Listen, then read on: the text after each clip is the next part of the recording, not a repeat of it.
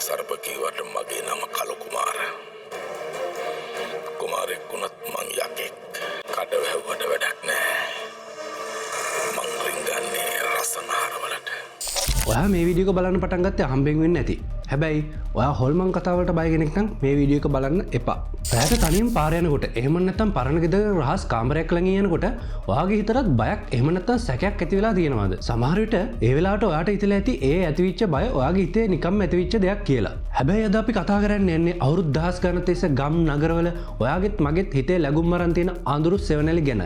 මේවා ඇත්තද එහෙම නැත්නම් ජනප්‍රවාද කතාවද? ඉතින් මේ අභිරහස එලි කරගන්න මේ වීඩියෝ එක අන්තිම වෙනකම් බලන්න. ඊට කලින් මතක් කරන මගේ channel එක තාම subscribe කරලා නැත්නම් subscribe කරන්න. ඒ වගේ මේ වීඩියෝ එක බලන්න TikTok හරි Facebook එකකින් හරි මාව follow කරන් යන්නත් අමතක කරන්න එපා. එහෙනම් අද යමු අපේ වීඩියෝ එකට.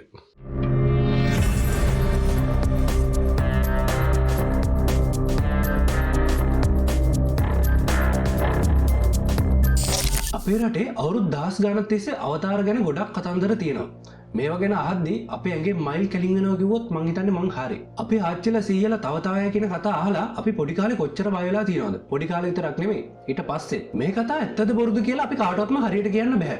හැබැයි අවුරුදු 100,000 ගණන් තිස්සේ ජෙනරේෂන් එකෙන් ජෙනරේෂන් එකට මේ කතා ඇවිල්ලා තියෙනවා. මේවා නිකම්ම නිකන් කතන්දර විතරක් නම් මිනිස්සු එයි මේ තරම් මේවා විශ්වාස කරේ. ඉතින් මේ කතන්දර වල ඉන්න ලොකුම කැරක්ටර් එකක් තමයි මහසෝන කියන්නේ.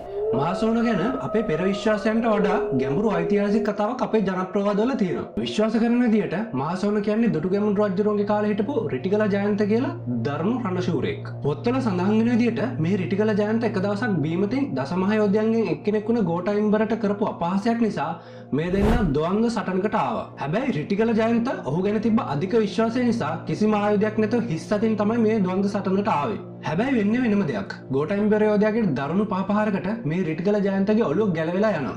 ඊට පස්සේ ඔහුගේ ශරීරය සොහොන් බීමකට දාලා යනවා.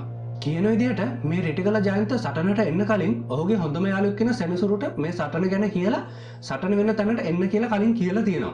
සෙනසුරු ඒ තැනට එනකොට වෙන්න ඕන දේවල් ඔක්කොම වෙලා ඉවරයි. හැබැයි ඔහු එතනට එනකොට රිටිගල ජයන්තගේ ශරීරය ඒ වෙනකොටත් සීතල වෙලා තිබෙන්නේ නැති නිසා ඔහු තීරණය කරනවා රිටිගල ජයන්තට නැවතත් පණ දෙන්න. ඒත් ඒ වෙනකොට රිටිගල ජයන්තගේ ඔළුව හොයාගන්න බැරි වුණ හින්දා ඔහු කලබලයට වල්හෙක්ගේ ඔළුවක් හයි කරනවා. හැබැයි වැඩේ කියන්නේ මේ ඔළුව හයි කරන්නේත් අනිත් පැත්තට. මේ භයානක ස්වරූපය නිසාම මහසෝන හම්බෙන ඕනම කෙනෙක් බය වෙලා ටික කාලෙකින් ලෙඩ වෙලා මැරෙනවා කියලා විශ්වාස කරනවා. ඔය කට්ටිය කියන්නේ මහසෝන ගැහුවා කියලා. මේ නිසාම මොහු මහසෝන් යකා කියලා හඳුන්වනවා. සොහොන් කියන වචනේ තේරුම මහසෝන. එහෙම නැත්නම් මහා අසුබ කියන එක වෙන්නත් පුළුවන්. මේ කතාව අහුවාම අපිට හිතා ගන්න පුළුවන් මේ බය කියන්නේ ඇත්තක් කියලා. මං කියන්නේ බය. මහසෝන වගේම තවත් බිහිසුණු. හැබැයි රූමත් අවතාරයක් තමයි මෝහිනී කියන්නේ. මෝහිනී ගැන කියනවා නම් මෝහිනී කියන්නේ ජීවත් වෙලා හිටපු ලස්සනම කාන්තාවක්. ඉතින් මේ කාන්තාව කෙනෙකුට ආදරය කරනවා. ඉතින් මේ දෙන්න එකට ජීවත් වෙන්න පටන් ගත්තට පස්සේ ඇයගේ ස්වයං පුරුෂයාගේ ඇයට විවිධ තාඩන පීඩන එල්ල වෙනවා. ඉතින් මේ කරදර දරා ගන්න බැරි වෙච්ච දවසක ඇය පිරිමිත් එක්ක ලොකු වෛරකින් සූසයිඩ් කරගත්තා කියලා තමයි ජනප්‍රවාදවල තියෙන්නේ. ඇය රැයට තනියම ඉන්න පිරිමින්ව වශී කරගෙන ඔවුන්ට ගොඩක් කරදර කරනවා. මෝහිනී ගොඩක් කලාට පෙනෙන්නේ සුදු ඇඳුමක් ඇඳගෙන ළමයෙකුත් වඩාගෙන. ඇය මිනිස්සුන්ව මුලා කරන්නේ අහිංසක කාන්තාවක් විදිහට පෙනී ඉඳලා. හැබැයි ඇයගේ සැබෑ අරමුණ වෙන්නේ පිරිමින්ගේ ජීව ශක්තිය උරා බොන එක. මේ කතාව ඇත්තද නැද්ද කියලා නම් හිතා ගන්න අමාරුයි. හැබැයි අපේ මිනිස්සු දහස් ගාණක් අවුරුදු ගාණක් තිස්සේ මේ කතාව විශ්වාස කරා නම් මේ කතාවල යම්කිසි සත්‍යතාවයක් තියෙන්න පුළුවන් නේද? අපි මේ අභිරහස තවදුරටත් හෙළි කරගන්න උත්සාහ කරමු. ශ්‍රී ලංකාවේ අවතාර කතන්දරවල බිහිසුණු හැබැයි ජනප්‍රිය තවත් චරිතයක් ඉන්නවා. ඒ තමයි කළු කුමාරයා. කළු කාලුකුමාරයා කියන්නේ රජ කාලේ ජීවත් වෙලා හිටපු කාන්තාවන්ට දැඩි ලෙස ඇලුම් කරපු රූපෙන් අගතැන්පත් කුමාරයෙක්. ඔහු කුමක් හෝ හදිසි අනතුරකින් මැරුණට පස්සේ ඔහුගේ ආත්මය කළු කුමාරයා බවට පත් වුණා කියලා විශ්වාස කරනවා. ඔහුගේ ආත්මය තරුණියන්ට දැඩි ලෙස බලපෑම් කරනවා කියලා ගම්වල විශ්වාස කරනවා. විශේෂයෙන්ම 12 මාසයේ තරුණියන්ට. ගැමියන් විශ්වාස කරන්නේ කළු කුමාරයා වතුරට ගොඩක් ආස කරන කෙනෙක් කියලා. ඒ නිසාම කාන්තාවන් තනියම නාන ස්ථානවලට හරි ලිංගවලට හරි යෑම ඔහුගේ ගොදුරක් වීමට හේතුවක් වෙනවා කියලා විශ්වාස කරනවා. ඔහු කාන්තාවන්ට රෝග හා මානසික පීඩා ඇති කරනවා. සමහර වෙලාවට තරුණියන්ට එක එක රූප පේනවා නම් හරි හීනෙන් බය වෙනවා නම් හරි කළු කුමාරයාගේ බලපෑමක් කියලා විශ්වාස කරනවා. මේ කතන්දර අහුවාම ගොඩක් අය පුදුම වෙනවා ඇති. මේවා නිකම්ම කතන්දරද? එහෙම නැත්නම් මේ වගේ යම්කිසි ඇත්තක් තියනවද? මේ කතන්දර බොරු නම් අපේ මිනිස්සු මේවට මෙච්චර බය වුණේ ඇයි?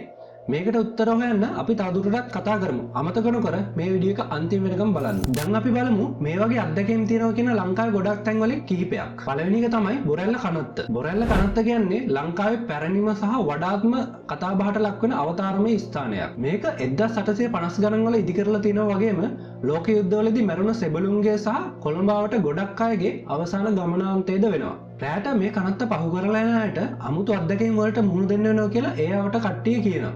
සමහර වෙලාවට කවුරු හරි ගල් ගැහුවා එහෙම නැත්නම් අමුතු රූප පෙනුන කියලා ඒ අය කියනවා. දෙවෙනි එක තමයි කොළඹ ග්‍රෑන්ඩ් ඔරියන්ටල් හොටල් එක. කොළඹ වරාය කිට්ටුවේ තියෙන මේ හෝටලය ලංකාවේ යටත් විජිත යුගයේ හදපු අලංකාර හෝටල් එකක්. ඒ නිසාම මේක අවතාරමය කතන්දරවල මූලාශ්‍රයක් බවට පත් වෙලා තියෙනවා. මේ හෝටලේ වඩාත්ම කතා බහට ලක් වෙන්නේ ලොවීලා කියන කාන්තාවකගේ අවතාරය. කට්ටිය කියන විදිහට නම් මෙයා අවසනාවන්ත විදිහට මිය ගිය මේ හෝටලේ වැඩ කරපු සේවිකාවක්. හෝටලේ සේවකයන් සහ එහි නවාතැන් ගත්ත අමුත්තන් කියන්නේ විශේෂයෙන්ම 4 වෙනි තට්ටුවේ කොරිඩෝවලින් අමුතු සද්ද ඇහෙනවා සහ අමුතු රූප පේනවා කියලා. සමහර වෙලාවට ඇඟට ලොකු සීතලක් දැනෙනවා කියලා වාර්තා වෙලා තියෙනවා. ඒ වගේම ඇය තාමත් ඒ හෝටලේ සැරිසරනවා කියලා විශ්වාස කරනවා. තුන්වෙනි එක තමයි මහනුවර හෙල්ගාස් ෆොලි හෝටල් එක. මේ හෝටලය එහි තියෙන අසාමාන්‍ය අద్భుත සැරසිලි නිසාම මේක අවතාර ස්ථානයක් විදිහට ප්‍රසිද්ධ වෙලා තියෙනවා. මේ හෝටලය මුලින්ම පවුලේ නිවසක් විදිහට තමයි හදලා තියෙන්නේ. පස්සේ කාලේ තමයි මේක හෝටලයක් විදිහට වෙනස් කරලා තියෙන්නේ. මේ හෝටලේ තියෙන අමුතු නිර්මාණ, අඳුරු ආලෝකකරණය සහ විකාර රූපී බව නිසාම මෙහි නවාතැන් ගන්න අයට මේක අවතාර පරිසරයක් විදිහට දැනෙනවා කියලා විශ්වාස කරනවා. හැබැයි මේ හෝටලේ ඉහළ මාලේ අවතාරයක් ඉන්නවා කියලා ඒ අවට කට්ටිය අතර විශ්වාසයක් තියෙනවා. දැන් අපි කතා කරමු අවතාර ගැන විද්‍යාත්මකව හිතලා බලද්දී අපිට මොනවද හොයාගන්න පුළුවන් කියලා. ලෝකේ ගොඩක් විද්‍යාඥයෝ පරීක්ෂකයෝ මේ ගැන අධ්‍යයනය කරලා තියෙන නිසා මේවට විද්‍යාත්මක පැහැදිලි කිරීම තියෙන්න පුළුවන්. හැබැයි තාමත් කිසිම කෙනෙකුට අවතාර ඉන්නවා කියලා විද්‍යාත්මකව ඔප්පු කරන්න බැරි වෙලා තියෙනවා. ඒත් අවතාර නැහැ කියලා ඔප්පු කරන්නත් බැරි වෙලා තියෙනවා. මේක තමයි මේකේ තියෙන ලොකුම අභිරහස. අවතාර දකින්නවා කියලා කියන සිද්ධි වලට මනෝවිද්‍යාත්මක හේතු තියෙන්න පුළුවන් කියලා විද්‍යාඥයෝ කියනවා. පළවෙනි එක තමයි මානසික ආතතිය සහ බය. සමහර වෙලාවට කවුරු හරි කෙනෙක් දැඩි පීඩනයකින්, බයකින්, එහෙම නැත්නම් නිින්දෙදී මේ ඉලූෂන්, එහෙම නැත්නම් පවතින්නේ නැති දේවල් පේන්න පුළුවන්. උදාහරණයක් විදිහට පාළු ගෙදරක රැට තනියම ඉන්නකොට මොකක් හරි සද්දයක් ඇහුනොත් ඒක අවතාරයක් විදිහට හිතෙන්න පුළුවන්. දෙවෙනි එක තමයි ප්ලේසබෝ ඉෆෙක්ට් එක සහ නෝසෙබෝ ඉෆෙක්ට් එක. අවතාරය ඉන්නවා කියලා විශ්වාස කරන කෙනෙක්ට යම්කිසි සිදුවීමක් වුණාම ඒක අවතාරයක් නිසා වුණා කියලා හිතන්න පුළුවන්. ඒ වගේම යම් කෙනෙක් අවතාරය ඉන්නවා කියලා හිතලා බය වුණාම ඒ නිසාම මානසික පීඩා ඇති වෙලා යම් රෝග ලක්ෂණ ඇති වෙන්න පුළුවන්. තුන්වෙනි එක තමයි පාරිසරික සාධක. සමහර වෙලාවට අපිට අවතාර කියලා පේන සිද්ධි වලට පාරිසරික සාධකත් හේතු වෙන්න පුළුවන්. උදාහරණයක් විදිහට සද්ද, ආලෝකය, සෙවණැලි, ඒ වගේම ඉන්ෆ්‍රාසවුන්ඩ්. සද්ද, ආලෝක, සෙවණැලි වගේ දේවල් නම් මොන වගේ වෙන්න පුළුවන්ද කියලා ඔයාලා දන්නවනේ. ඒත් මේ ඉන්ෆ්‍රාසවුන්ඩ් ගත්තොත් මේවා කනට ඇහෙන්නේ නැති අඩු සංඛ්‍යාත ශබ්ද තරංග. මේවා මිනිස් සිරුරට බලපෑම් ඇති කරන්න පුළුවන්. සමහර වෙලාවට අපේ හිතට අමුතු හැඟීම්, බයක් ඇති කරන්න පුළුවන්. ඒ වගේම අපිට නොපවතින දේවල් පේනවා වගේ දැනෙන්නත් පුළුවන්. මේවා වුවම ඔයාලට හිතෙන්න පුළුවන් අවතාර ඇත්තටම බොරුද කියලා. හැබැයි තාමත් මේ ප්‍රශ්නෙට නිශ්චිත උත්තරයක් දෙන්න බෑ. සමහර අත්දැකීම් වලට විද්‍යාත්මක පැහැදිලි කිරීමක් දෙන්න බැරි වෙලා තියෙනවා. ඒ නිසා අපි මේක තවත් පැහැදිලි කරගන්න උත්සාහ කරමු. දැන් අපි කතා කරමු විද්‍යාත්මකව පැහැදිලි කරන්න බැරි සමහර අත්දැකීම් ගැන. ලෝකේ ගොඩක් මිනිස්සු කියනවා එයාලා අවතාර ඇත්තටම S2කින් දැක්ක කියලා. ගොඩක් වෙලාවට මේ කතා ඇත්ත වෙන්නත් පුළුවන්. ලංකාවෙත් අපිට මේ අවතාර අත්දැකීම් ගැන කතන්දර අහන්න ලැබෙනවා. විශේෂයෙන්ම පරණ ගෙවල් වල, ඉස්කෝලවල වල, ඒ වගේම හොස්පිටල් වල. සමහර අය කියනවා එයාලට අමුතු ශබ්ද ඇහුණා කියලා. එහෙම නැත්නම් නොපෙනෙන කෙනෙක් එයාලව අල්ලනවා වගේ දැනුණා කියලා. එහෙම නැත්නම් ඇඟට සීතලක් දැනුණා කියලා. මේවට විද්‍යාත්මක පැහැදිලි කිරීම දෙන්න බැරි වුණ වෙලාවල් තියෙනවා. ඉතින් අපි කතා කරපු විද්‍යාත්මක පැහැදිලි කිරීම වලට අමතරව පාරභෞතික සංකල්පත් තියෙනවා. පළවෙනි එක තමයි ආත්මයන්ගේ පැවැත්ම. අපේ ගොඩක් ආගම් වල විශ්වාස කරනවා මරණයෙන් පස්සේ ආත්මයක් තියෙනවා කියලා. මේ ආත්ම සමහර වෙලාවට අපේ භෞතික ලෝකෙ රැඳිලා ඉන්න පුළුවන් කියලා විශ්වාස කරනවා. දෙවෙනි එක තමයි සමාන්තර ලෝක. සමහර විද්‍යාඥයෝ විශ්වාස කරනවා අපේ විශ්වයට සමාන්තරව තවත් විශ්වයන් තියෙන්න පුළුවන් කියලා. සමහර වෙලාවට මේ ලෝක අතර සම්බන්ධතා ඇති වෙන්න පුළුවන්. මේවා නිසා අපිට පැහැදිලි කරන්න අමාරු දේවල් පේන්නත් පුළුවන්. තුන්වෙනි එක තමයි ආධ්‍යාත්මික ශක්තිය. සමහර අය විශ්වාස කරනවා යම් ස්ථානවල ආධ්‍යාත්මික ශක්තියන් තියෙනවා කියලා. මේ ශක්තියින් මිනිස්සුන්ට බලපෑම් ඇති කරන්න පුළුවන්. ඉතින් මේ හැමදේම කතා කරාට පස්සෙත් අවතාර ඉන්නවද නැද්ද කියන ප්‍රශ්නෙට අපිට නිශ්චිත උත්තරයක් දෙන්න බෑ. එහෙනම් ඇයි අපි මේවා විශ්වාස කරන්නේ? පළවෙනි එක තමයි සංස්කෘතික සහ ආගමික විශ්වාස. අපේ සංස්කෘතිය ආගමික විශ්වාසත් එක්ක මේ අවතාර ගැන කතන්දර බැඳලා තියෙනවා. මේවා ගැන අහලා හැදී වැඩෙන අපිට මේවා ගැන විශ්වාස නොකර ඉන්න බැරි වෙනවා. දෙවෙනි එක තමයි පුද්ගලික අත්දැකීම්. ලංකාවේ ගොඩක් අය ඉන්නවා අවතාර දැක්ක කියලා කියන. හැබැයි මම නම් තාම දැකලා නැහැ. ඒත් මම දන්නා ඉන්නවා අවතාර දැක්ක කියලා කියන. ඒත් ඔවුන්ගේ මේ අත්දැකීම් වලට කිසිදු තාර්කික පැහැදිලි කිරීමක් දෙන්න බෑ. සමහර අය කියනවා යම් යම් ස්ථානවලට ගියාම දැඩි සීතලක්, බයක්, එහෙම නැත්නම් නොපෙනෙන කෙනෙක් ළඟ ඉන්නවා වගේ දැනෙනවා කියලා. මේවා මනෝවිද්‍යාත්මක බලපෑම් වෙන්නත් පුළුවන්. ඒත් හැමෝටම එකම විදිය හැඟීම් ඇති වෙන්නේ ඇයි? තවත් දෙයක් තමයි සොහොන් ගාවින් යනකොට වෙන දේවල්. අපි සොහොන් ගාවින් යනකොට අපේ හිතවල හැංගිලා තියෙන අවතාර කතා මතුවෙන්න පුළුවන්. උදාහරණයක් විදිහට මහසෝන මෝහිනී ගැන තියෙන කතන්දර වගේ. ඉතින් මේ වගේ තැන්වලදී සිද්ධ වෙනු හදිසි අනතුරු, එහෙම නැත්නම් අසනීප වුණු තැන් තියෙනවා.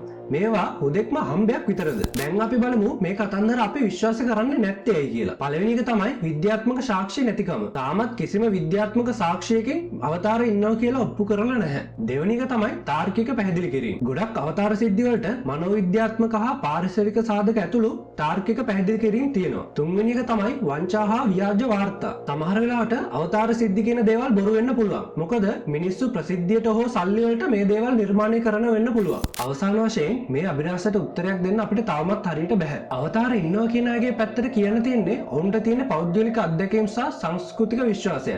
ඔවුන්ගේ පැත්තට කිසිදු විද්‍යාත්මක සාක්ෂියක් නැහැ. අවතාර නැහැ කියන අයගේ පැත්තට තියෙන්නේ තාර්කික පැහැදිලි කිරීම සහ විද්‍යාත්මක දත්ත. හැබැයි ඒ පැත්තට පෞද්ගලික අත්දැකීම් වලින් එන අභියෝග තියෙනවා. සමහර විට අවතාර කියන්නේ අපේ මනස සහ අපේ ලෝකයේ අතර තියෙන සියුම් පරතරයක් වෙන්නත් පුළුවන්. සමහර විට විද්‍යාවට හසු නොවුණු මේ විශ්වය තවත් ශක්තියින් තියෙන්න පුළුවන්. මොකද අපිට පේන සහ ඇහෙන සීමාවක් තියෙනවා. අපිට පේන්නේ නෑ හරි, ඇහෙන්නේ නෑ හරි කියලා මේ දේවල් නැත්තටම නෑ කියලා අපිට කියන්න බෑ. අනිත් කාරණාව තමයි මේ ලෝකේ හැම දෙයක්ම තාමත් විද්‍යාවෙන් ඔප්පු කරලා ඉවර නැහැ. විද්‍යාවෙන් ඔප්පු කර නැති පළියට අපිට මේ දේවල් සම්පූර්ණයෙන්ම බැහැර කරන්න බෑ. මේ නිසා අපිට කිසිම කෙනෙක්ව වැරදි කියන්නත් බෑ, හරි කියන්නත් බෑ. අවතාර විශ්වාස කරන එක්කෙනාට ඔහුගේ විශ්වාසය නිවැරදි, අවතාර නැහැ කියන එක්කෙනාට ඔහුගේ තර්කය නිවැරදි. ඉතින් මේ වීඩියෝ එකෙන් මේ අභිරහසට හරි උත්තරයක් දෙන්න බැරි වුණත් ලංකාවේ තියෙන කතන්දර කිහිපයක් ගැන කතා කරන්න පුළුවන් වුණා. ඔයාලගේ හිතට දැන් මොකද හිතෙන්නේ? ඔයාලා අවතාර විශ්වාස කරනවද? නැද්ද? ඔයාලට මේ ගැන මොන හරි අත්දැකීමක් තියෙනවා නම් අනිවාර්යෙන් පහලින් කමෙන්ට් කරන්න. මේ වීඩියෝ එක හොඳ නම් ලයික් කරන්න, යාළුවන්ට බලන්න ෂෙයා කරන්නත් අමතක කරන්න එපා. තවත් මේ වගේ අභිරහස් මාතෘකාවකින් ලබන සතියේත් හම්බෙමු. එතකන් පරිස්සමින් ඉන්න. අඳුරේ තනියම කොහෙවත් යන්න එපා. සුබ දවසක්.